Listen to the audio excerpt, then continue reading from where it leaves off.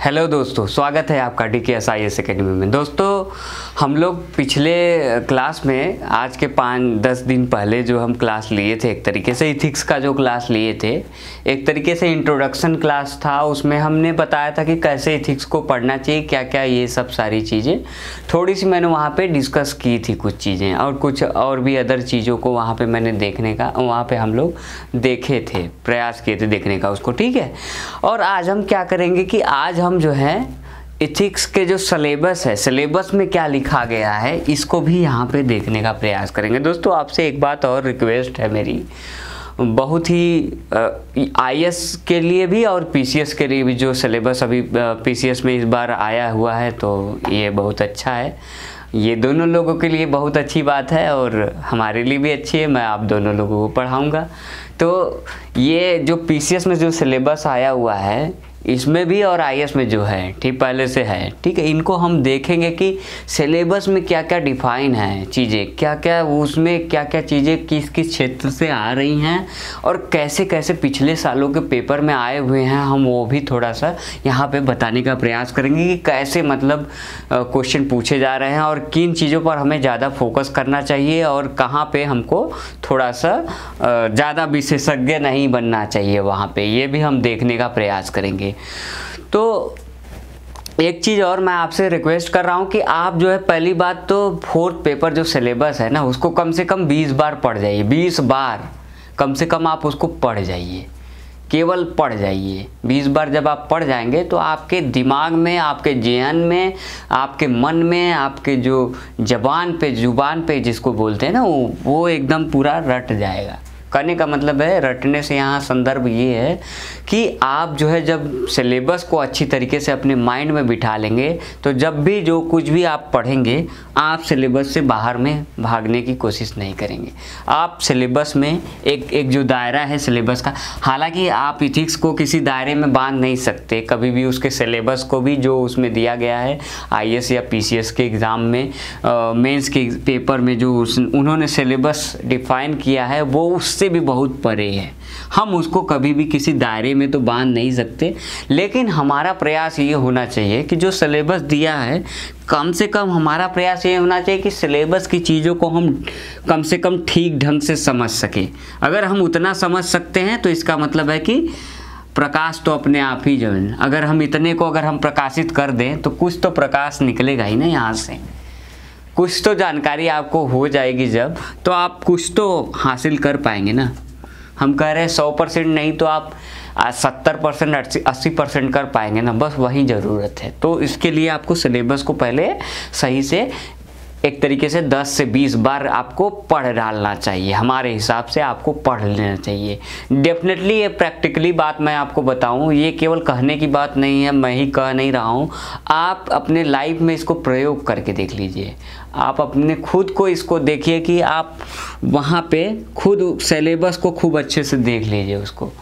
जब आप ऐसा कर लेंगे तो जब आप कुछ भी पढ़ेंगे, पेपर में पढ़ेंगे, कहीं न्यूज़पेपर में पढ़ रहे हैं, कहीं फिल्म में देख रहे हैं, कुछ मूवी वगैरह देख रहे हैं, कुछ ऐसा पिक्चर देख रहे हैं, कहीं कहीं जो और भी जो हमारी विविध घटनाएं हमारे आसपास घटती रहती हैं, प्लस आपके जीवन में जो घटनाएं घटती रहती हैं, उससे आप सीखेंगे और क्या करेंगे, इथिक्स के पेपर में अच्छे से अच्छे मार्क्स लाएंगे।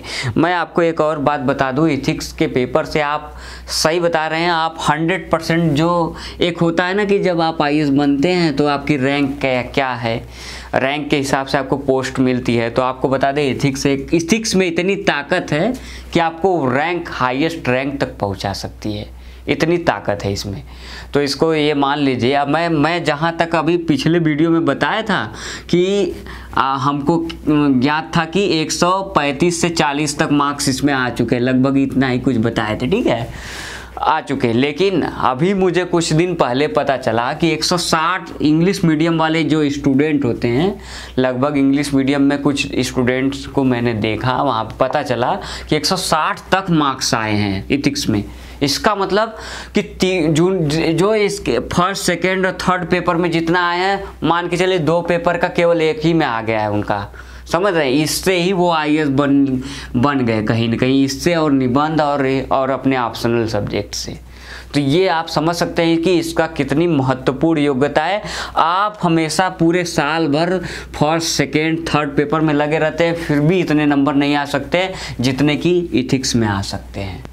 तो आप समझ जाइए कि इसकी महत्ता क्या है। पीसीएस के लिए भी ये बहुत इंपॉर्टेंट हो जाता है। इस बार देखिए जो कंपटीशन होगा, आप देख लीजिएगा, जो पेपर आएगा उसमें देख लीजिएगा नंबर किसका ज़्यादा होगा। फर्स्ट सेकेंड थर्ड पेपर और फोर्थ पेपर में नंबर किसका ज़्यादा होगा। मैं गारंटी के साथ बोल रहा हूँ, मुझे जहाँ तक यूपीएससी का मैंने देखा हुआ है, तो आपको बता दें कि इसमें कम से कम देखिएगा लोग स्कोर इसमें कम से कम ज़्यादा करेंगे, कुछ भी, जैसे 120 और भी कर सकते हैं पीसीएस में भी। तो ये बहुत समझ सकते हैं कि ये कितना इम्पोर्टेंट सब्जेक्ट आपके लिए हो जाता है ये विषय जो है।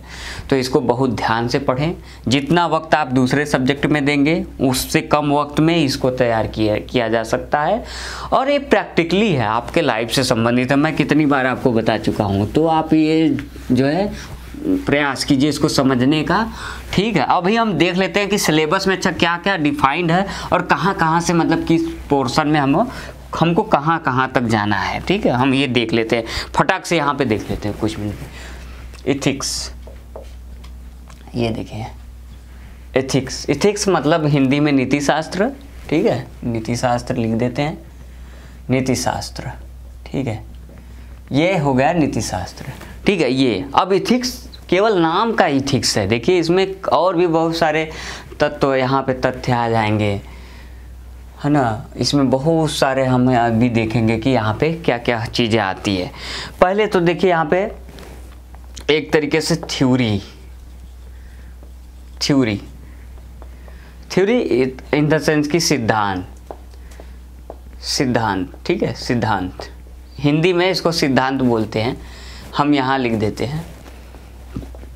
आप इतना तो जानते ही होंगे यार, सिद्धांत तो आपने बहुत पढ़ा होगा एक तरीके से, चाहे आप ह्यूमन के सब्जेक्ट पढ़ रहे हो चाहे साइंस के भी पढ़ रहे हो, तो सिद्धांत का नाम आता है ना, बस वही चीज़ है एक तरीके से। बस यहाँ पे इथिक्स से रिलेट करना है चीज़ों को, ठीक है।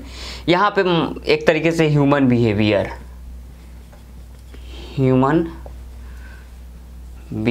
ठीक है। ये ह्यूमन बिहेवियर, एक तरीके से मानवीय व्यवहार, ठीक है। हिंदी में मानवीय व्यवहार, ठीक है। ये और इधर हम देखेंगे कि ये देखिए 3 पार्ट है, ठीक है। इसमें सिलेबस में पूरा डिफाइंड है, आपको कहीं जाने की ज़रूरत नहीं है, कहीं से कोई और मदद नहीं लेने की ज़रूरत है, आपको अपने सिलेबस से मदद लेने की ज़रूरत है बस।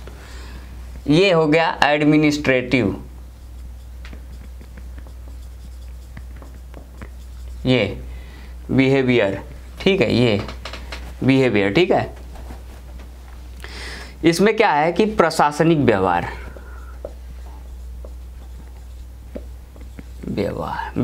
ठीक है। प्रशासनिक व्यवहार। अब देखिए हम इसमें क्या पढ़ेंगे, थ्योरी पढ़ेंगे। इथिक्स में क्या क्या पढ़ेंगे हम, थ्योरी पढ़ेंगे। एक पोर्शन इसका है, दूसरा है ह्यूमन बिहेवियर से संबंधित है, अर्थात मानवीय व्यवहार से संबंधित है। तीसरा है एडमिनिस्ट्रेटिव बिहेवियर, प्रशासनिक बिहेवियर मतलब प्रशासनिक व्यवहार। ये 3 चीज़ों में हमें डिफाइंड है। इसमें जैसे हम क्या पढ़ेंगे, आपने देखा होगा कि सिलेबस में जब आप उठाएंगे, देखिए मैं आपको सिलेबस भी दिखा देता हूँ। ये देखिए सिलेबस है, ये देख रहे हैं, देखिए ये है नीति शास्त्र तथा मानवीय सहसंबंध, ये है अभिवृत्ति, ये है सिलेबस, देख रहे हैं। ये आप देखिए ध्यान से इसको, सिलेबस को, ये देख रहे हैं। ये नीति शास्त्र तथा मानवीय सहसंबंध फर्स्ट पार्ट, सेकंड पार्ट अभिवृत्ति, सिविल सेवा के लिए अभिरुचि थर्ड पार्ट, फोर्थ पार्ट भावनात्मक समझ 5 वाला, भारत तथा विश्व के नैतिक विचारक के बारे में बात किया गया है। 6वां लोक प्रशासन में एक तरीके से मूल्य की बात किया गया है, ठीक है। 7वां शासन में ईमानदारी वगैरह से बात किया गया है। और इसके बाद 8वां केस स्टडीज संबंधित चीज़ें हैं, ठीक है, मामला, ठीक है। तो इसमें देखिए हम ये देख रहे हैं, पहला देख रहे हैं, ये जो पहला वाला है ना, ये देखिए, ये पहला वाला जो देख रहे हैं, ये पहला नीति शास्त्र तथा मानवीय सहसंबंध। इसमें क्या आ जाएगा, सिद्धांत वाले में हम इसको पढ़ेंगे। क्या पढ़ेंगे, नीति शास्त्र तथा मानवीय सहसंबंध।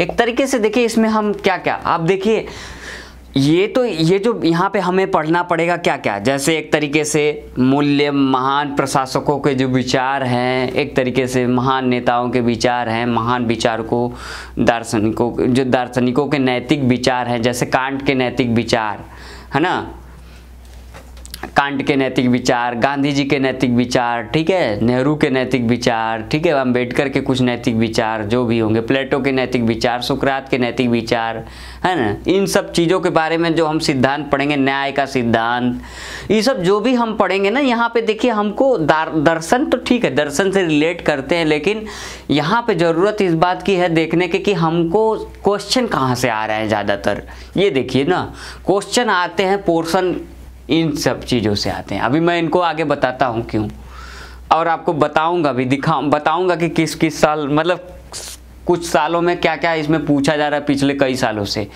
ये देखिए ह्यूमन बिहेवियर से और एडमिनिस्ट्रेटिव बिहेवियर, ये जो है हम लोग इस पर थोड़ा ऐसा है ना कि इस पर इतना फोकस करें जितनी हमें ज़रूरत है। देखिए ज़रूरत से ज़्यादा अगर कोई चीज़, आवश्यकता से ज़्यादा हम कुछ नहीं कर सकते। अगर ऐसा करते हैं आवश्यकता से ज़्यादा तो फिर क्या होगा, वो एक तरीके से घाटे में ही आप रहेंगे। तो यहाँ जितना आवश्यकता है हम उतना ध्यान देंगे। कहने का मतलब है कि यहाँ जो विचारक है अब हम उनका दार्शनिक तरीके से चीज़ों को नहीं देखेंगे, हम वहाँ उनके कुछ नैतिक विचारों को लेंगे। जैसे हम आपको पढ़ा रहे थे फिलॉसफी में, दर्शन में हमने आपको पढ़ाया कि अच्छा बुद्ध का जो है मध्यम मार्ग है ना, अरस्तु का भी मध्यम मार्ग, हमने उनसे समानता भी किया था, आपको बताए थे हम। तो जो बुद्ध का मध्यम मार्ग था, उस मध्यम मार्ग को यहाँ पे ये क्या हुआ, एक सिद्धांत के तौर पर, थ्योरी के तौर पर हम पढ़ रहे हैं। नैतिक हो गया उनका ये विचार, एक तरीके से प्रशासनिक क्षेत्र में हम उसको लागू कर सकते हैं और अपने जीवन में संतुलन बनाने के लिए लागू कर सकते हैं। तो फिर उसको हम यहाँ पे कैसे देखेंगे, एडमिनिस्ट्रेटिव क्षेत्र में कैसे हम संतुलन बना सकते हैं और बिहेवियर क्षेत्र में कैसे संतुलन बना सकते हैं, उसी चीज़ को बस हम यहाँ पे प्रयोग कर देंगे। मतलब उनसे हम जो अच्छी चीज़ें हैं वही ले रहे हैं। स्यातवाद की चीज़ें यहाँ पे ले सकते हैं। स्यात में क्या था कि स्यात की स्थिति में क्या होगा, दूसरे के भी विचार अच्छे हैं, आपके भी विचार अच्छे हैं, ठीक है। विचारों का सम्मान जब आप करना जान जाएंगे, इसका मतलब कि आप प्रशासनिक क्षेत्र में दक्षता को हासिल, पारदर्शिता, ये जो चीज़ें हैं एक तरीके से ना, तनाव, वैमनस्य की जो भावना होगी इसमें कम होने लगेगी। समझ रहे हैं, ये चीज़ें यहाँ पे आ जाएंगी। तो इन्हीं चीज़ों का आप यहाँ पे जो पढ़ते हैं ना, यहाँ पे जो सिद्धांत वगैरह ये सब पढ़ेंगे, इस बहुत ज़्यादा एकदम ऐसा नहीं कि बहुत डीप में घुस जाना है, बस थोड़े थोड़े विचारकों के बारे में थोड़ा जानना है। जितना हो सके आपके एग्ज़ाम के ओरिएंटेड जितना है बस उतना ही जानना है, ज़्यादा नहीं जानकारी हासिल कर लेना है, तनाव में आ जाएंगे, ठीक है, उतना नहीं लेना है आपको। तो वो जो है थोड़ा इनके बारे में, नैतिक विचारकों के बारे में, प्लस इससे संबंधित जो रिलेटेड कुछ शब्द हैं उनके बारे में, आप नीति शास्त्र क्या होता है उसका और भी अन्य चीज़ों से संबंध क्या है, थोड़ा थोड़ा जान लेंगे। ऐसा नहीं कि इसको छोड़ देंगे, इसको जान लेंगे जब तो क्या होगा, उसका प्रयोग यहाँ करेंगे और यहाँ करेंगे, ठीक है। इसी के हिसाब से थोड़ा थोड़ा प्रयोग करेंगे, ठीक है। आइए हम देखते हैं अब मानवीय व्यवहार में। देखिए यहाँ सिलेबस में क्या दिया है, मानवीय व्यवहार में हम यहाँ पे पढ़ेंगे अभिवृत्ति, अभिवृत्ति, ठीक है, अभिवृत्ति पढ़ेंगे, ठीक है। एटीट्यूड इसको बोलते हैं इंग्लिश में, ठीक, एटीट्यूड, ठीक है, एटीट्यूड, अभिवृत्ति मतलब एटीट्यूड होता है, ठीक है। ये देखिए हमारे सिलेबस में भी यहाँ पे दिया हुआ है, एटीट्यूड मतलब एक तरीके से इसमें क्या होगा, एटीट्यूड में क्या, इस स्थिति में क्या होता है, आप देखिए इस स्थिति में किसी व्यक्ति के मतलब क्या आपको पसंद है क्या नहीं पसंद है, इस पर बात किया जाता है इसमें ना। जैसे आपकी धारणा हो सकती है, हो सकता है कि आपको मान लीजिए कोई कहे कि, मान लीजिए कि कोई कह सकता है कि शराब पीना जो है गलत है ना। मान लीजिए एक बात कह रहे हैं, हमने एग्जाम्पल ऐसा उठाया जो सही भी नहीं है, लेकिन फिर भी एक एग्जाम्पल हम ले लेते हैं। कोई कहे कि सर अरे हाँ, मान लीजिए चाय का एग्जाम्पल ले लेते हैं, ज़्यादा चाय पीना जो है सेहत के लिए सही नहीं है। कुछ लोग मान सकते हैं नहीं यार चाय पीना चाहिए, एक्टिव होता है, माइंड हमारा ठीक रहता है, पीना चाहिए। लेकिन इसमें क्या है, पसंद और नापसंद की बात आ गई। देखिए एग्जाम्पल के तौर पे मैं बता रहा हूँ, छोटा छोटा एग्जाम्पल, कोई नहीं बहुत विशेष एग्जाम्पल यहाँ पे नहीं लेना, ऐसे ही एग्जाम्पल को ले लीजिए आप कुछ भी, ठीक है। तो यहाँ पे देखिए चाय आपको, अरे यार ज़्यादा चाय नहीं पीना चाहिए, इससे जो है हमारा जो है क्या होता है और भी बहुत सारे प्रॉब्लम होते हैं, शरीर में विकृतियाँ वगैरह उत्पन्न हो जाती हैं, ठीक है, ये सब चीज़ें होती है। तो ज़्यादा चाय नहीं पीना चाहिए, लीवर ख़राब हो जाता है और भी बहुत सारी चीज़ें ना। ये क्या है, ये पसंद की चीज़ें हैं, नहीं यार हम तो पियेंगे यार, इससे तो हमारा माइंड अच्छा रहता है, स्वस्थ महसूस करते हैं, अच्छा लगता है, कोई कहेगा। तो यहाँ पे हम देख रहे हैं ना, पसंद और नापसंद की बात है। जब किसी व्यक्ति का, आप जैसे किसी का झुकाव चाय पीने पर ज़्यादा हो, बहुत पसंद करता हो, तो फिर क्या होगा, उसी की तरफ वो झुकेगा, इसका मतलब ये है, ठीक है। तो यहाँ पे मानवीय व्यवहार, जो हमारी अभिवृत्ति एटीट्यूड होता है, ये क्या होता है, उधर ही झुकता है ना। पसंद और नापसंद की बात यहाँ पे आ जाती है, ठीक है। तो अभी हम देखते हैं, ये इसमें पसंद और नापसंद हो गया। अब हम इसमें एक दूसरा टॉपिक यहाँ पे देखते हैं। देखिए यहाँ पे क्या है, एक तरीके से भावनात्मक समझ, मतलब इमोशनल इंटेलिजेंस, या हम इसको बोल सकते हैं इमोशनल इंटेलिजेंस, या हम इसको बोल सकते हैं, इसको हिंदी में बोलते हैं भावनात्मक बुद्धिमत्ता, या इसको हम पीसीएस के सिलेबस में क्या डिफाइन है,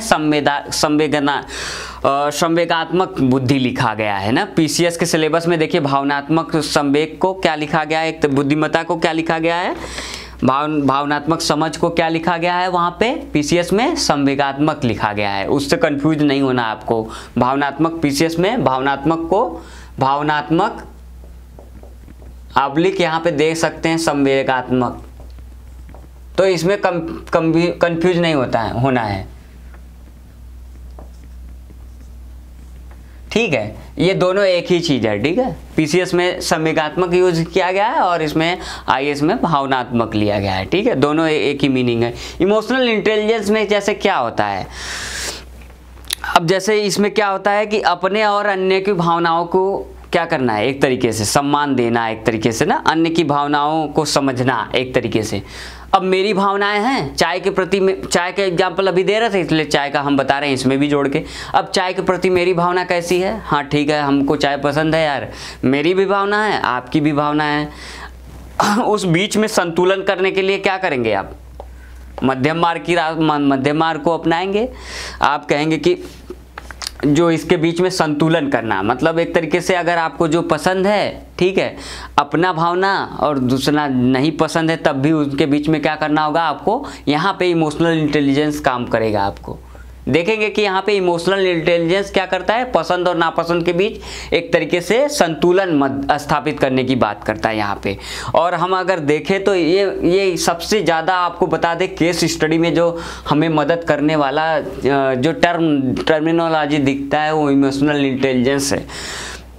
आप अपनी व्यवस्था को, अपनी इच्छाओं को, एक तरीके से जो आपकी इच्छाएं हैं, इच्छाओं को रख कर कैसे दूसरों की भी इच्छाओं को आप पूरा कर सकते हैं, जो संविधान के अकॉर्डिंग, एक तरीके से जो एडमिनिस्ट्रेटिव पर्पज से सही हो। आप इन दोनों में संतुलन बनाने की कोशिश यहाँ पे देखेंगे कि करेंगे एक तरीके से, ठीक है। केस स्टडी में इसका बहुत इंपॉर्टेंट रोल हो जाएगा। जब आप देखेंगे, आप करेंगे, तो कहीं ना कहीं आप देखेंगे कि आपकी सारी समझ इसी के आसपास घूम रही होगी, समझ रहे हैं, ये बहुत मदद करेगा। अब आप इसमें देखिए, अब यहाँ तक हो गया भारत तथा विश्व के नैतिक विचारक, इसी में हम पढ़ लिए पहला टॉपिक, और एक तो भारत तथा विश्व के नैतिक विचारक है, पांचवा टॉपिक देख रहे हैं, ये पांचवा, ये दोनों इसमें पढ़ना है। और अभिवृत्ति तथा अभिरुचि वगैरह ये सब बिहेवियर वाले में आ जाएगा, ठीक है, इसमें पढ़ना है। अब प्रशासनिक वाले में क्या पढ़ना है, अब देखिए लास्ट टॉपिक क्या है, लोक प्रशासनों में लोक तथा, या इसको ऑब्लिक देकर लिखा गया है, सिविल सेवा मूल्य तथा नीति शास्त्र। एक तरीके से नैतिक, ये मूल्यों से बात कर रहे हैं। प्रशासन में मूल्य, प्रशासन में मूल्य की बात किया गया है इसमें। प्रशासन में मूल्य, देखिए यहाँ पे प्रशासन में मूल्य, हम एडमिनिस्ट्रेटिव बिहेवियर में जब पढ़ते हैं तो यहाँ पे प्रशासन में मूल्य की बात हम करते हैं, ठीक है। और एक तरीके से शासन में ईमानदारी,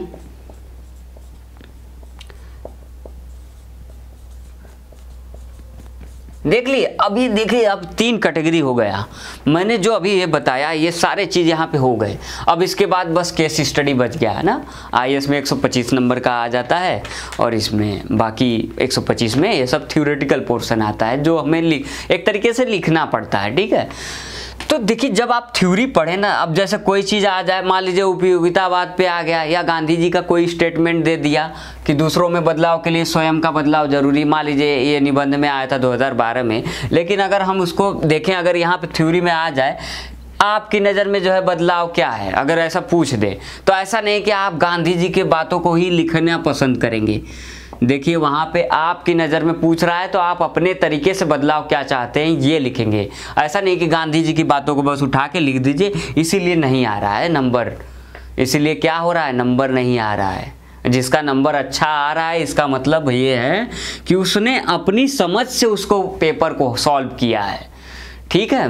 नैतिक विचारकों ने क्या कहा वो तो ठीक है, लेकिन उस चीज़ को अगर क्वेश्चन के रूप में कोई दे रहा है तो उसको अपने तरीके से आप कितना डिफाइन कर पा रहे हैं। आपकी नज़र में बदलाव क्या है, आपकी नज़र में प्रशासन में ईमानदारी क्या है, ये इंपॉर्टेंट बन जाता है। तो ये देखिए ये तीनों एक दूसरे से रिलेट है, आप अलग करके कभी नहीं देख सकते हैं। बस इस चीज़ को ध्यान दीजिएगा कि जब भी आप सॉल्व करें क्वेश्चन तो इसको क्या करना है, बेसिकली इसको ध्यान में रखना है, छोड़ना नहीं है। इनकी कुछ चीज़ों को यहाँ से लेकर यहाँ पे प्रयोग करना है, ठीक है, ज़्यादातर ही, ठीक है। ये हो जाएगा। तो ये आपका आज का ये सिलेबस हो गया। मैं आपको बता दूँ इसी तरीके से आप अगर करेंगे तो आपका जो है एथिक्स का पेपर बहुत अच्छे से हो जाएगा। और आपको सबसे ज़्यादा ज़रूरी बात आपको बता देते हैं, सबसे ज़्यादा फोकस जो हम देखते हैं कि आईएएस के पेपर में देखते हैं कि कितना क्या क्या आता है। जैसे कि पिछले 4-5 सालों का अगर पेपर आप उठा के देख लीजिए, मेरे पर विश्वास नहीं करिए, पेपर जाके उठाइए और अभी देखिए, अभी जाके अभी देखिए, तब आपको पता चलेगा क्या मैं सही कह रहा हूँ क्या गलत। एक अच्छा छात्र वही होता है कि टीचर की बात को हूबहू नहीं मान लेता है, या कोई पढ़ा रहा है उसे कुछ बता रहा है तो सच में उसको मान नहीं लेता है, उसको ऑब्जर्व करता है, चीज़ों को देखता है तब सही मानता है। आप ऑब्जर्व करिएगा तब हमारी बात को मानिएगा, नहीं तो अन्यथा कोई इसका और दूसरा विकल्प नहीं है, ठीक है। आप देखिएगा कि एडमिनिस्ट्रेटिव उसमें देखेंगे कि अकाउंटेबिलिटी, ठीक है, एक तरीके से कानून और नैतिकता के बीच संबंध, और देखेंगे वहाँ पे मानवीय व्यवहार, इन सब से रिलेटेड, इमोशनल इंटेलिजेंस, भावनात्मक समझ से रिलेटेड बहुत सारे क्वेश्चन भर भर के पूछे गए हैं, एकदम समझ लीजिए। और हम लोग ज़्यादातर फोकस यहाँ पे कर देते हैं कुछ चीज़ें, जैसे मार नीति शास्त्र, ये वो मेटा इथिक्स का पढ़ लेते हैं। सच बताएं यहाँ से बहुत कम आते हैं, मान के चलिए यहाँ से बहुत कम आते हैं, ठीक है। इसको जानना बहुत इम्पॉर्टेंट है, क्योंकि ये नहीं जानेंगे तो फिर ये तो आधार ही है। तो आधार को थोड़ा सा देखिए, जो चल सके जितना आप इसको फोकस करिए, लेकिन इस पर थोड़ा सा ऐसा नहीं कि विशेषज्ञता हासिल कर लीजिए। यहाँ पे भी आप यहाँ पे आइए जहाँ से क्वेश्चन पूछे जा रहे हैं, यहाँ से एडमिनिस्ट्रेटिव पर्पज और यहाँ पे ह्यूमन बिहेवियर यहाँ से पूछे जा रहे हैं। आप यहाँ पे आइए और इस पर मेहनत करिए, निश्चित ही आपके अच्छे नंबर आएंगे। जो 160 इंग्लिश मीडियम में आ रहे हैं, आपको बता दें वो 160 क्या हो, 170 भी हो सकता है, वो हिंदी मीडियम में आने लगेंगे। आप ये बात मान के चलिए, आप मेरे पर विश्वास मत करिएगा एकदम, आप जाके पेपर को देखिए। 10 साल के जो भी पेपर 2013 से जितने भी पेपर आए हैं इसके 4th पेपर के, आप जाके उठा के देखिए, उसके बाद मेरी बातों को तब विश्वास करिएगा। ऐसे अन्यथा विश्वास करने का कोई विकल्प नहीं है, बार बार ये बात कर रहा हूँ। तो आज का क्लास हमारा यहीं पे ख़त्म होता है। अब हम आगे देखेंगे कि नीति शास्त्र को, पहले हम ये पोर्शन पढ़ेंगे, ठीक है। ये थ्योरी वाला हम यहाँ पे देखेंगे कि नीति शास्त्र तथा मानवीय सहसंबंध के बारे में हम बात करेंगे। अगला जो लेक्चर होगा वो नीति शास्त्र क्या है और उससे रिलेटेड जो भी चीज़ें मैं आपको सब बताने का प्रयास करूँगा। थैंक यू दोस्तों, और आपका अच्छा दिन हो, मतलब एक तरीके से, और सब्सक्राइब कीजिए, लाइक करिए, ठीक है, बाय।